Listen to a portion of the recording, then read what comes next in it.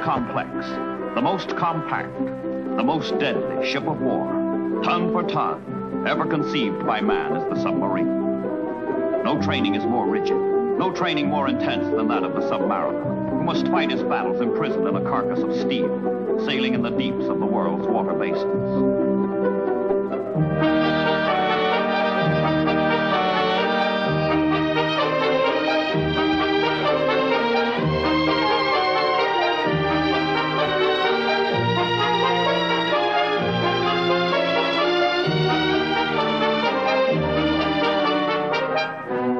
Exercise in the pressure chamber. Difficult practice with the Momsen lung for escaping from wrecked submarines. Rigorous tests these sailors must pass to become full-fledged submariners. 50% of the volunteers will fail.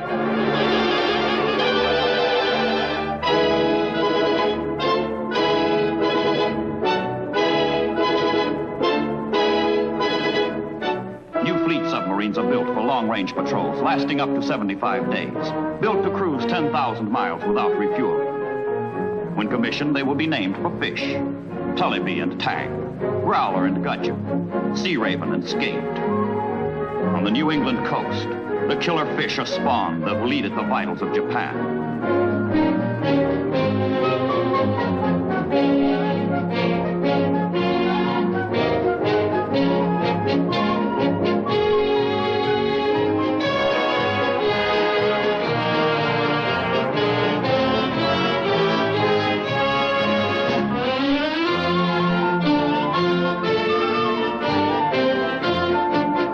Submarine bound for battle go 24 torpedoes. Into every torpedo warhead is packed the equivalent of 1,000 pounds of TNT. With bold and skillful torpedo tactics, a single submarine can kill an enemy aircraft carrier, as the Albacore did in the Central Pacific. A perfect torpedo spread will sink the biggest battleship, as Sea Lion II did in the East China Sea. These are targets every skipper dreams of. But there is another, less spectacular, more important target: the Japanese merchant marine.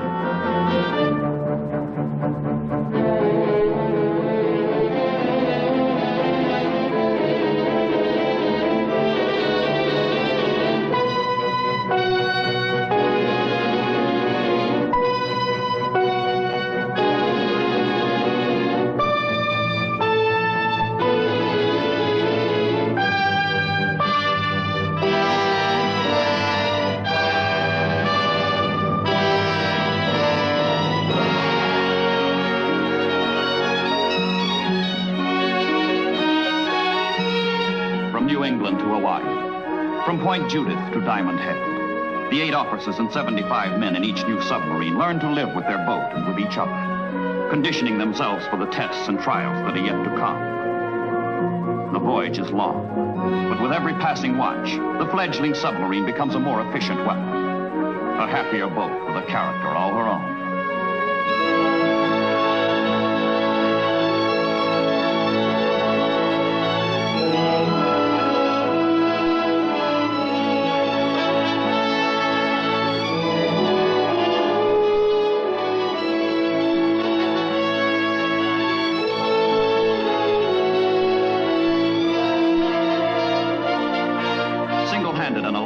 Submarine Flasher sank 21 Japanese ships, totaling more than 100,000 tons.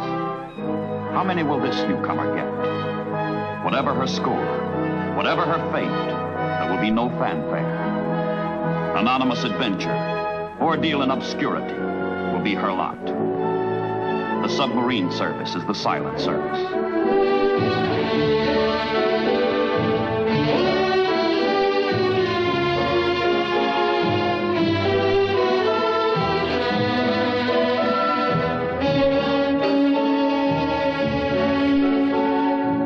Gives way to the Caribbean to the Panama Canal, connecting the East with the West and the West with the East, more valuable to the United States than all her gold. The defense of a hemisphere rests on control of this tiny strip of water.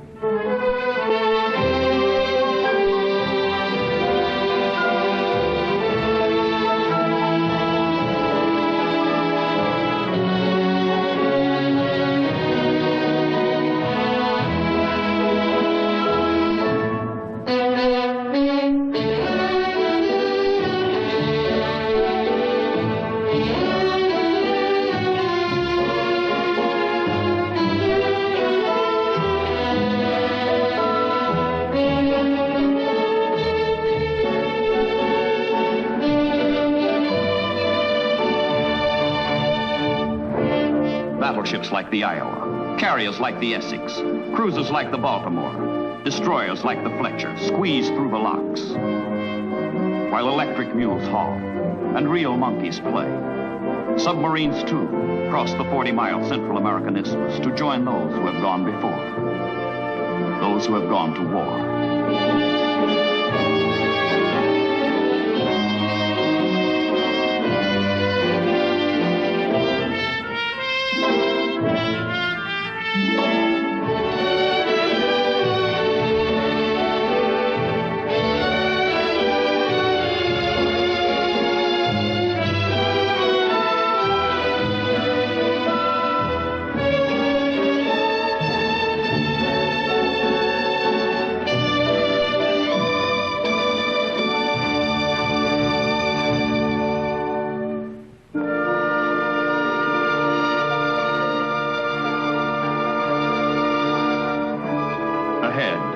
Under the sundown lies Pearl Harbor. The boat tautens, the crew sharpens.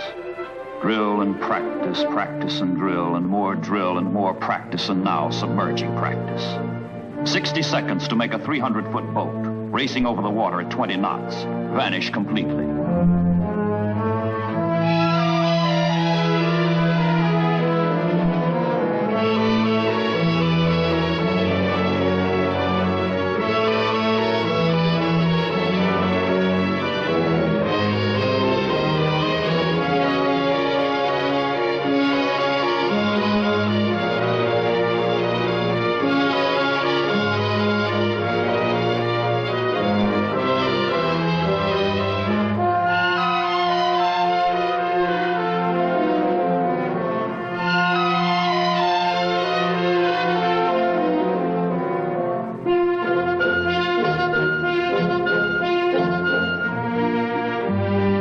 Chow in the service is cooked aboard submarines. The galley and mess, small and cramped. But here the men live and talk and gripe and think and relax as best they can. Their morale, very high.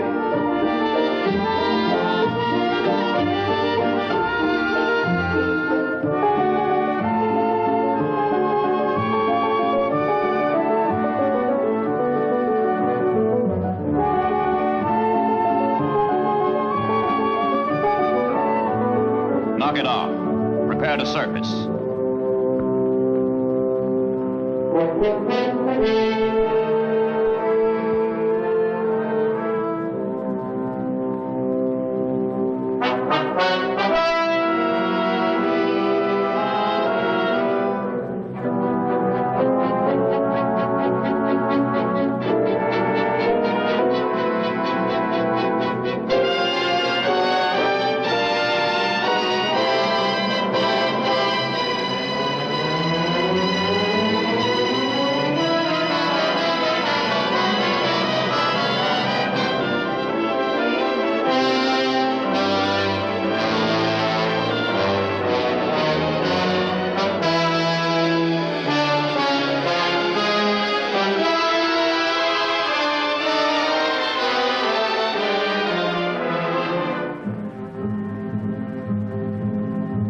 Pearl Harbor, where peace stopped, where war begins for the new submarines that arrive at the rate of 4 and 5 a month. Fresh new crews, clean new boats are welcomed by the veterans into the camaraderie of arms.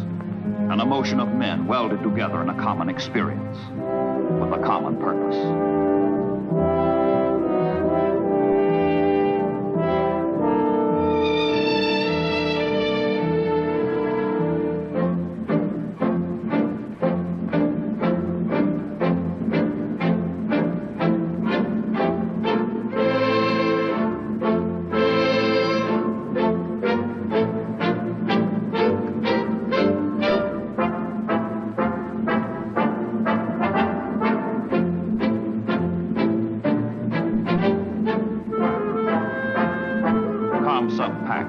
Commander Submarines, Pacific, Admiral Lockwood. With more than 20 years' experience in submarine warfare, he remembers that underwater boats almost brought England to her knees in World War I. He has seen the havoc wrought by U-boats in the Battle of the Atlantic in World War II. If the Axis can do it, so can the Allies.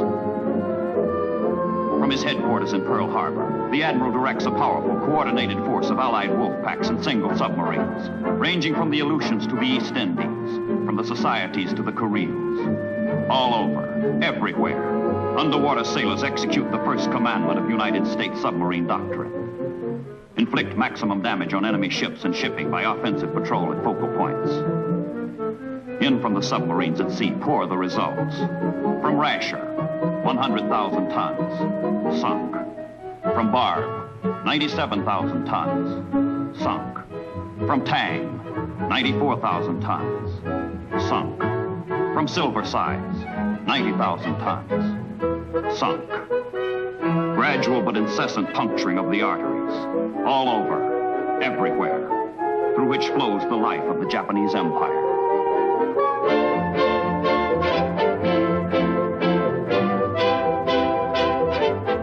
And ordered out from headquarters go more submarines into war against the Empire of Japan. Clary's Crushers, Roach's Raiders, Blair's Blasters.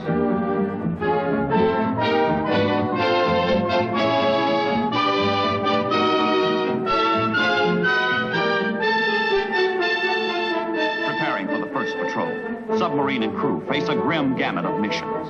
All hazardous, all alone, all far from base. They may be ordered to mine enemy coastal waters. They may be ordered to photograph island shorelines for invasion. They may be ordered to rescue downed pilots at sea. They may be ordered to smuggle spies into Japanese territory. They may be ordered on missions from which there is no return. Orders. Many orders will be issued, and all will receive the same simple response. Aye, aye, sir. But no matter what the mission, the threat of death at full fathom fire, of death in the depths, hovers over the submariners. And yet they put to sea with one thought only. Follow the motto of their sister ship, Gudgeon. The motto that says, find them, chase them, sink them.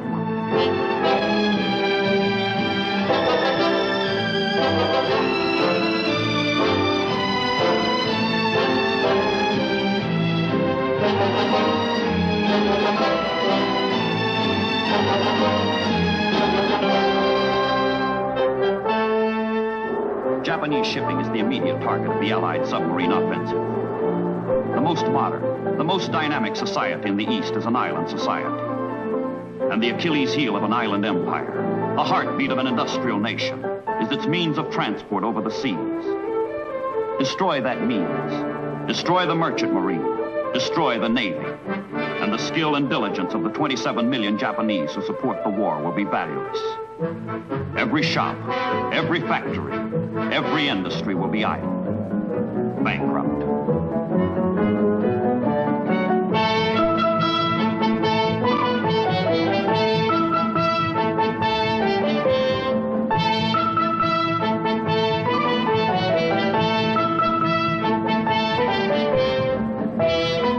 The greatest industrial cities of the East, Tokyo, Yokohama, Nagasaki, Kobe. Japan's foundries, steel mills, heavy industry make war possible. But torpedoes at sea will dampen the fires.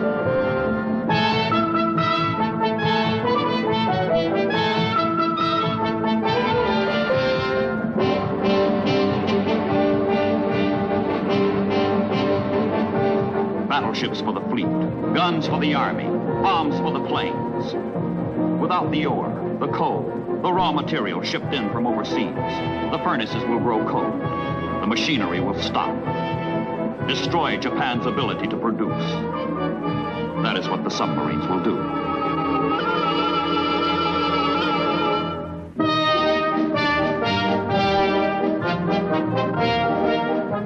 Merely to exist in peacetime, Japan needs 3 million tons of shipping, the third largest merchant fleet in the world.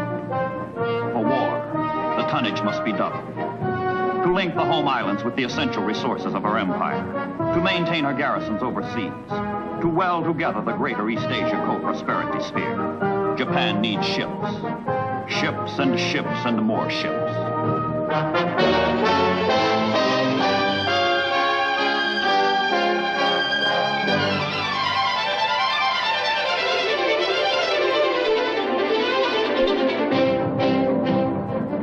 adrenaline that keeps Japan alive flows in through her ports, across her docks and onto her wharves.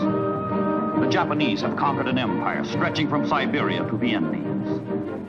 But none of the victories won on the battlefield, won at sea, will profit Japan if the grubby routine of the waterfront is disrupted.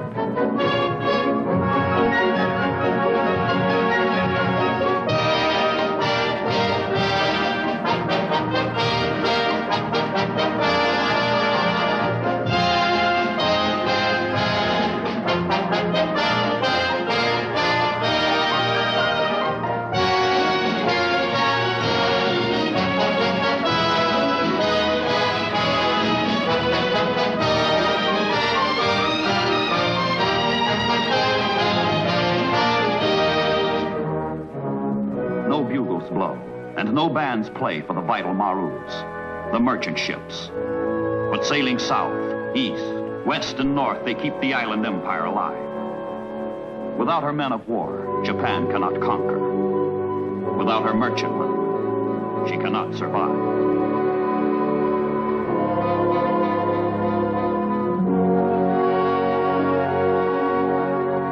From the Asiatic mainland, from Malaya and Indochina, from the Philippines and Borneo, the plunder pours in that feeds the Japanese war machine, feeds Japan. Oil, rice, sugar, salt, the stuff of life itself.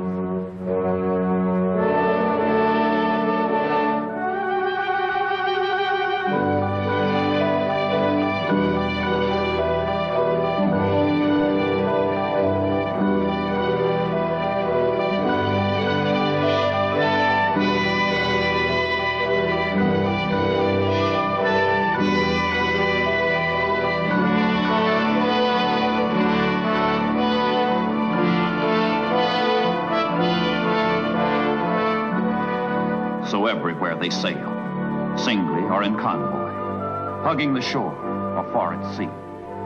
The freighters, the transports. Destruction of the Japanese merchant fleet becomes a major objective of the Allied war at sea. Top priority targets, the freighters, the transports.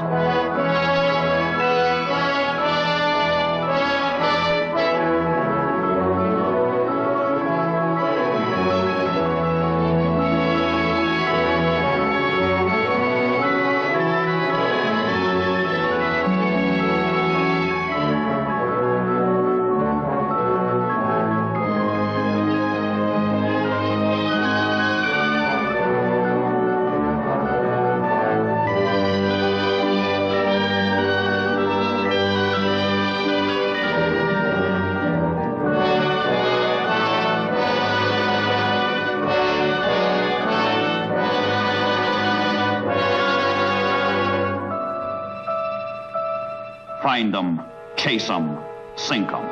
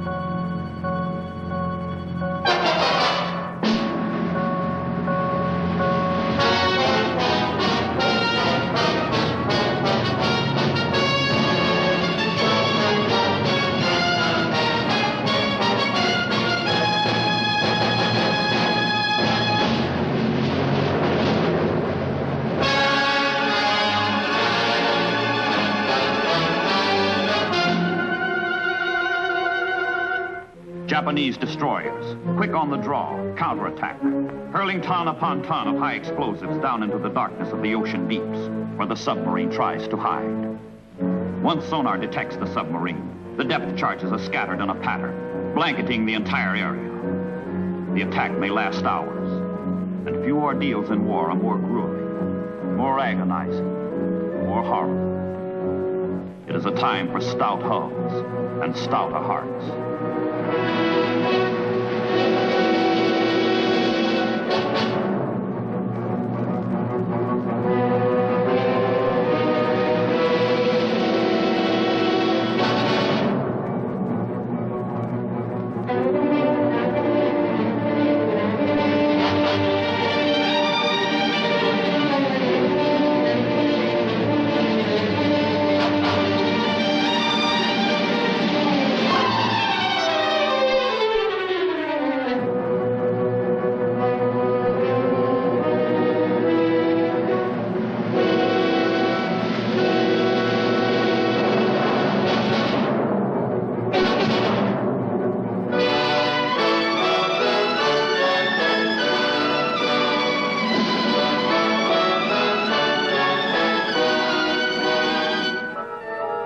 But if the submarine survives, back into action, back to the attack.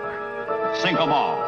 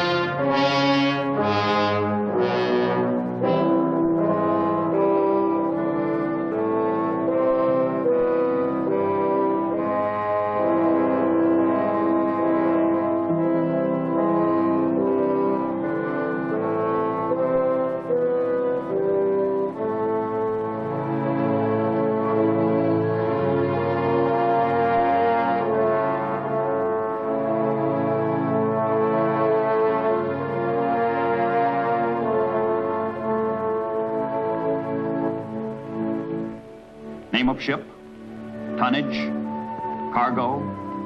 Japanese survivors tell of the mounting toll of their disaster. 1,392 ships sunk by submarines. 6 million tons. Tankers whose gasoline never reached the warplanes. Oilers whose fuel never reached the warships. Transports whose troops never reached the front. Colliers whose product never reached the furnaces. Freighters whose ore and wealth never reached the war machine. The submarines have sunk the Japanese empire.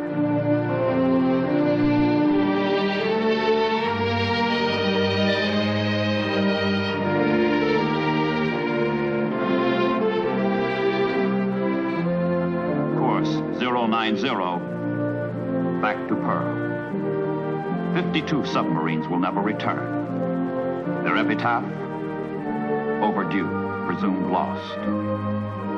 But for those who return, those who survive, those whose contribution to victory is second to none, their citation, well done.